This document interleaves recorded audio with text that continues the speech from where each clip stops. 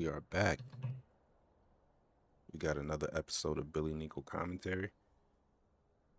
Today we're going to be talking about some things that are, excuse me, we're going to be talking about some things that are going on, with Donald Trump, Elon Musk.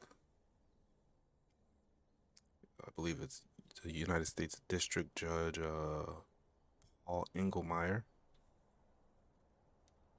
Well, I guess he stepped in to temporarily block DOGE's access to, the Treasury payment system. So if people that aren't informed or the people that are already informed, here's another quick reminder for you. DOGE is the Department of Government Efficiency. That is an initiative that was created by Elon Musk. Elon Musk is basically gonna audit the government. He's gonna audit the spending, and this is something that's very important in order to balance the budget. Just like for your own personal expenses. The United States is a business or a home or a group, and if you want to use that as an example, and they have a budget. You have to track how much money is coming in, how much money is going out, and the USAID or USAID has the amount of money that's going out, and foreign aid spending is ridiculous. They have billions of dollars, and it's very inefficient because yes, you're trying to help other countries, and you want to help them stabilize themselves. You want to bring peace to different areas of the world. But just like the analogy says, if you as themselves, you want to give someone a fish and you don't teach them how to fish, what are you really doing in the long run? And if you keep giving your fish and they don't know how to fish, you're just going to drain yourself. So the American people have been draining themselves because we pay the taxes. American citizens pay into the tax system, and the working class pays the most into the tax system. So they're actually going against their best interest by going against, Donald Trump and his plans, which are to balance the budget, decrease the amount of money that's going outside of the country, and keep that money here in our pockets and circulating with our economy. Because then we'll be able to build more, we'll be able to grow more, we'll be able to invest more. Now, people on the liberal ideology are saying that, well, this is how we create relationships with other partners and people in the world. This is how we maintain our global dominance, by giving foreign aid, and that's how we build relationships, because we give, we give, we give. If you're giving so much, our economy that is taking from your own people, you're giving too much. It's just out of balance. So now it's time for a reset. We have to decrease the amount of money that we're giving away, and we have to start building ourselves up and maintaining what we have here, so that when something does happen globally that we may need to participate in, we have the funds available, we have things available, so we can step in and do just that. And the people will be ready for it, because we'll be in such a prosperous state that we'll be in a position to give. But we're reaching a situation in the country where we need to reverse, or else we're going to start losing our status. And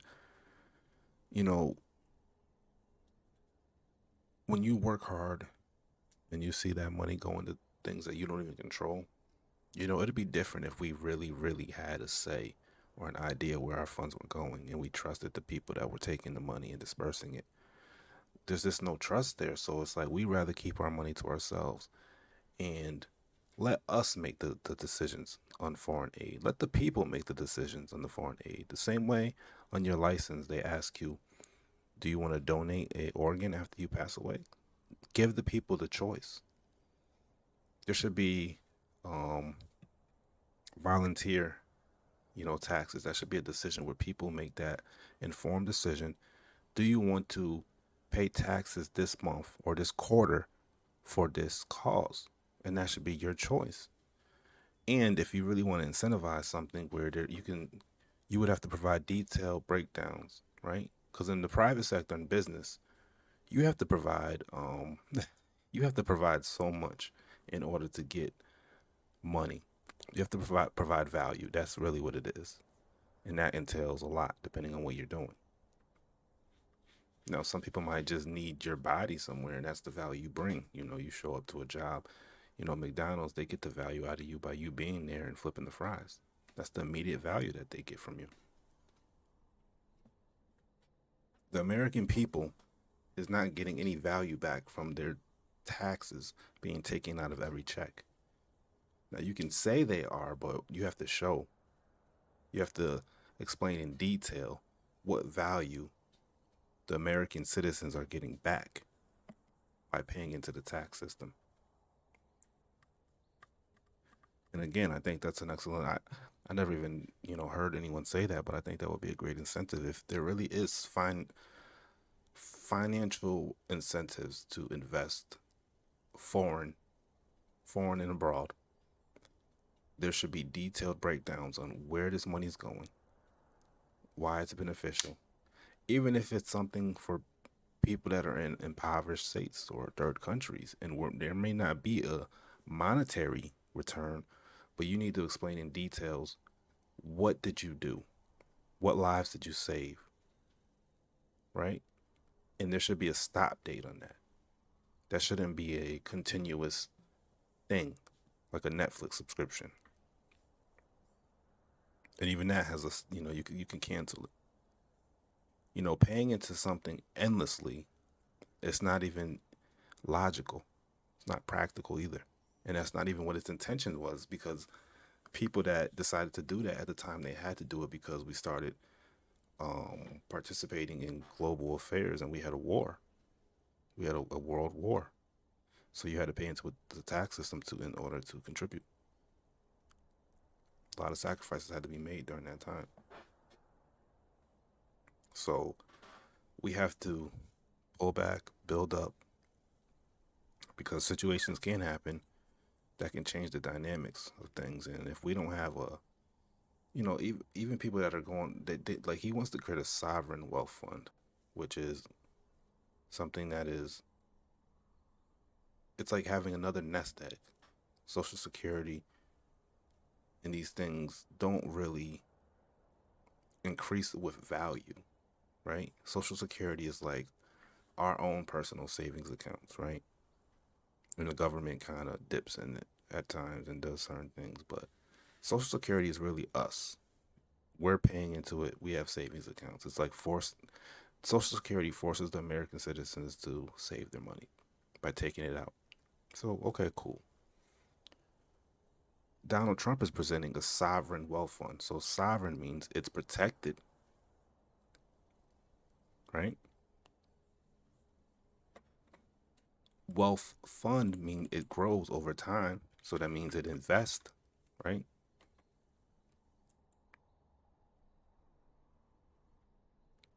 So it's finally something that is growing for the people and not just taking from the people, or something that we're just putting aside and hoping for the best.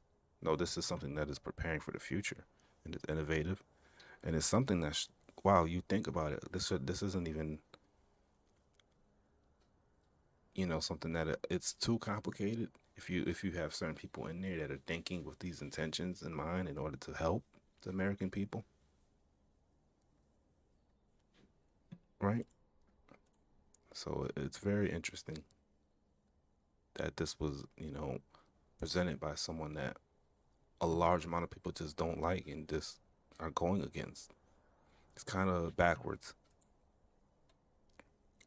So we're gonna play a little bit of the video. It's not gonna be too long. We're just gonna, go over it and, see what he says and respond to it with some commentary. So let's go. Tesla CEO Elon Musk says the agency is on the verge of shutting down.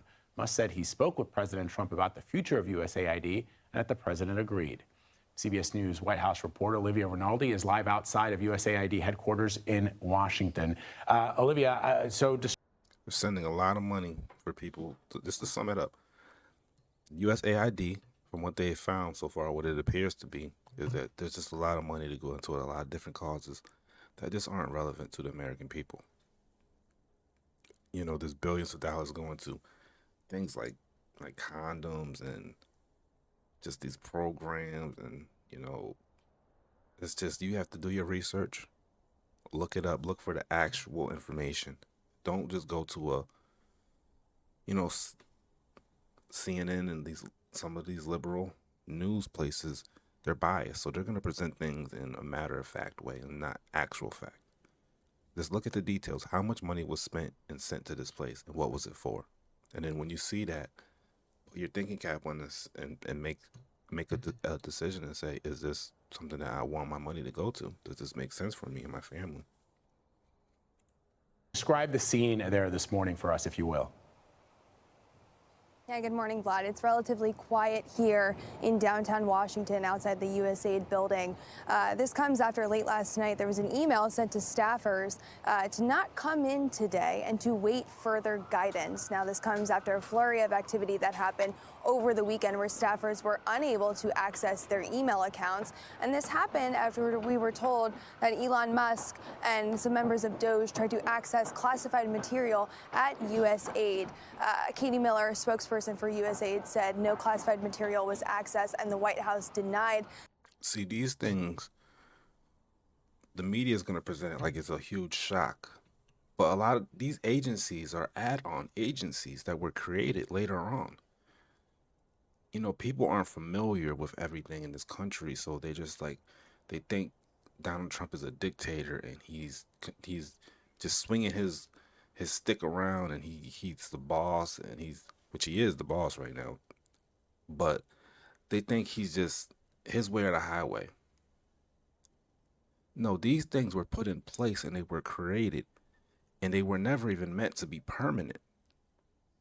Or if they were meant to be permanent, they were meant to be run a lot smaller and a lot more efficient. They weren't supposed to be laundering pretty much the Americans' taxpayer money to these funds and initiatives to things that you don't even really know where they're going to. So if someone wants to create an elaborate scheme, right, they can funnel so much money through the government. It's genius. And there's so much waste.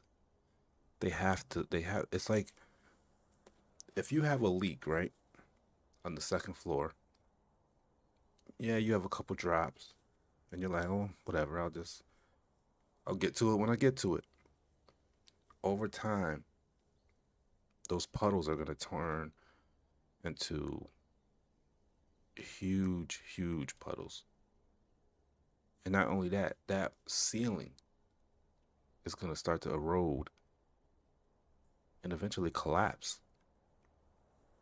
What Elon Musk and Donald Trump are doing, which business people that do in the private sector that have to run their companies, because you can't just have a problem sit there, because you don't just have infinite amounts of money coming in as much as they think.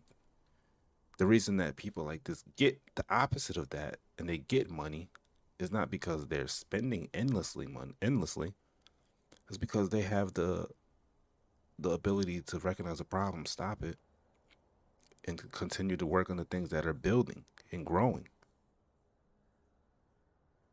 So you fix your ceiling, you stop the leak, you clean it up, and then you could work on everything else. That you could put your money to something else.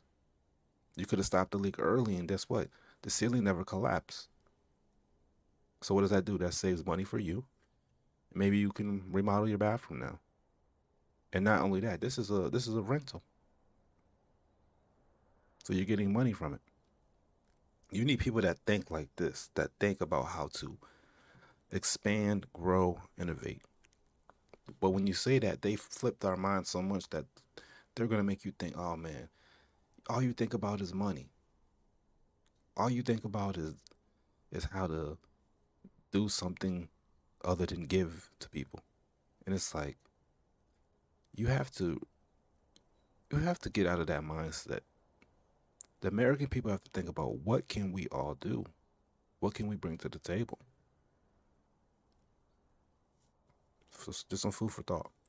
That report, but still this comes as Elon Musk has USAID in his sights. He tweeted over the weekend, or posted on X rather, that it is a corrupt organization and that it must die. We also know late last night when he was speaking on Spaces on his platform X, he said that he was given the president's blessing to get rid of this organization. He said he had asked Trump several times if he is okay with him getting rid of this as a part of his government accountability office that Elon Musk is running to really cut down what they're calling waste in the federal budget.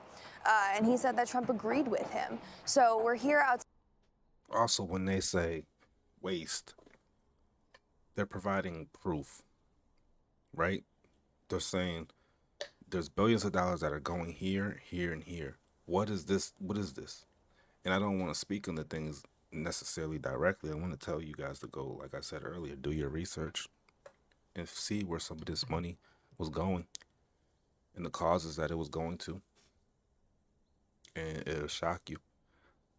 And think about, if that money was here, how many leaks we could have fixed. Whenever you drive in your city in America and you see a homeless person, you know, we talk about helping people. Look at all the homeless people in our country that need help, while these certain other people that say they're for you are laundering that money. And you're fighting for them because they manipulate you, and they tell you that they're really for the people and they're the good guys when they're not. Because if they were, why do we have so many homeless in the street? Why are they not taken care of? Why is our infrastructures not being rebuilt in so many of these American towns? Why are so many towns not as thriving as they once were? Why is all the money collected in certain areas? The same group of people that are telling you that, you know, rich people are evil are, one, rich themselves, two, live in the same areas that all the other rich people do that they're talking about. Makes you think, right? Yeah, in their same towns, they'll have homeless people, they'll have this, they'll have that. And not only, what makes it worse is Elon Musk, at least he provides jobs and work and opportunities for people. Yes, he fired a bunch of people from Twitter, right? But he still has staff. What he did was make it more efficient. If I buy a company, right, and I show up and I see that, oh, you used to sit around all day, you don't do nothing. I don't need you here. I don't need to pay you. I'm not paying you out of the kindness of my heart just to give you money. Now, if someone's homeless and they're struggling, out of the kindness of my heart, I can help them. We can help them if we have the resources to, but we don't have the excess resources available to, or we do, but we're not using it to help them. But back to my point, if I go to a company, I'm not going to just keep people on the payroll that are draining the pockets of the business to fund them if they're not bringing in value. You're supposed to help the company make more money so we can continue to pay you and pay others.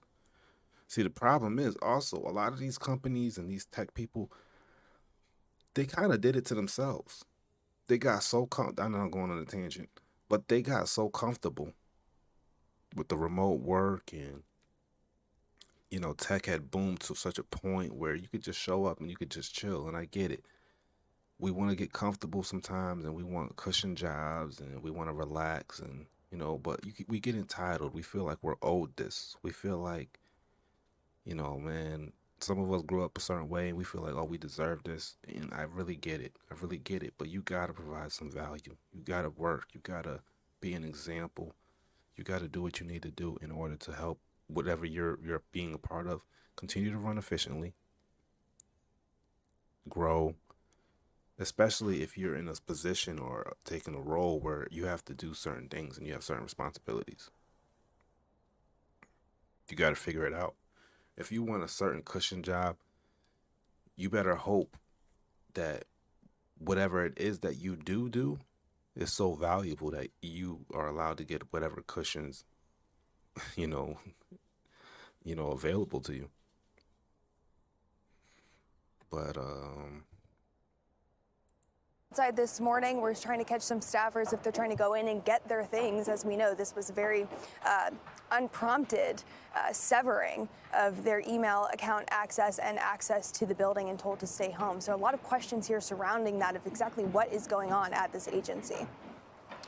So if USAID shuts down, Olivia, what programs will be in jeopardy, and how much money was appropriated to these projects? I should note that former President George W. Bush had made significant inroads in fighting AIDS on the continent of Africa through organizations that were part of USAID. That's just one example. Absolutely, and those funds are appropriate. So what they do, they're gonna try to pull on your heartstrings.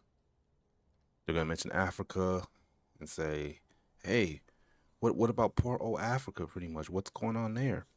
They're not telling you where the money is going. What are we doing in Africa? Be specific. You brought it up. So how much money? Where's it going to Africa? What are you doing? They don't want to tell you that. They're just gonna say something vague and then make it seem like such a, oh, it's so sad. That country exists. People there exist. They at some point have to build something of them for themselves in a certain way, or they have to collaborate with other nations that are maybe more prosperous in certain ways, and they got to figure it out. What is your, and if there's if these are certain places that are absolutely, there's nothing there of value, then they have to migrate and they have to leave, and they have to figure out how to do that safely. You can't just immigrate illegally.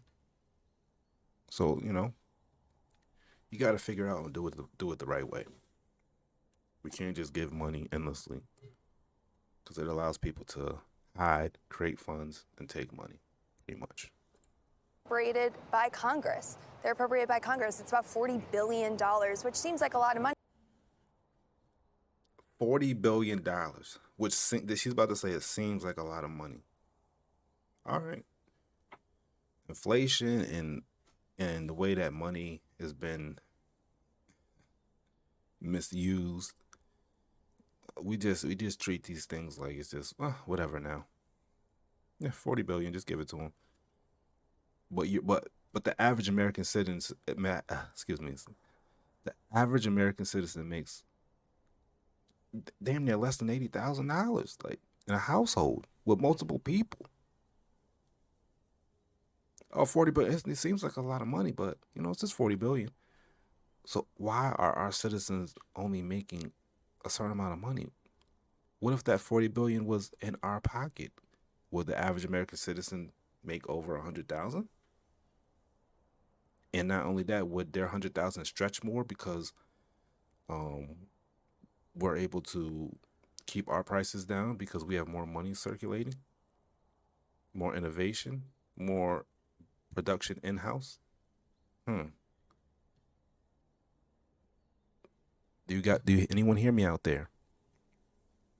Does that make sense in the long run?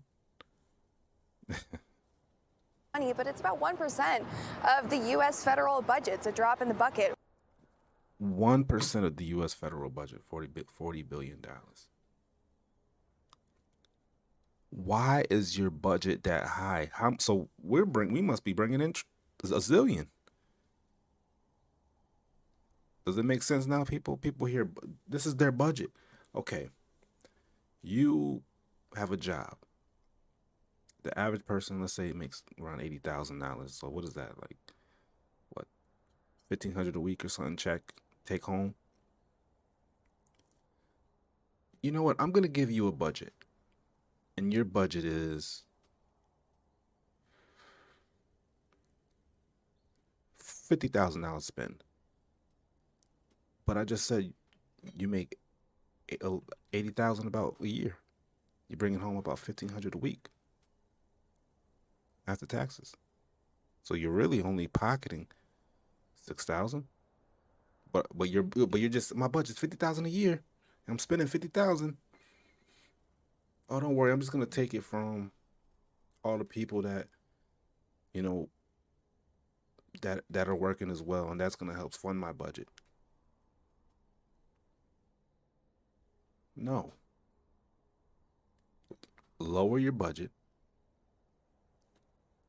Figure out ways to bring in more and then go from there. And then you can increase your budget as you start bringing in more. It's very simple economics. it's, it's not rocket science. Really. And we know that a lot of that money is really soft power that the U.S. uses in humanitarian cases. Just a few examples of how that money is used. Soft power. I don't think that makes sense. Soft power. Okay.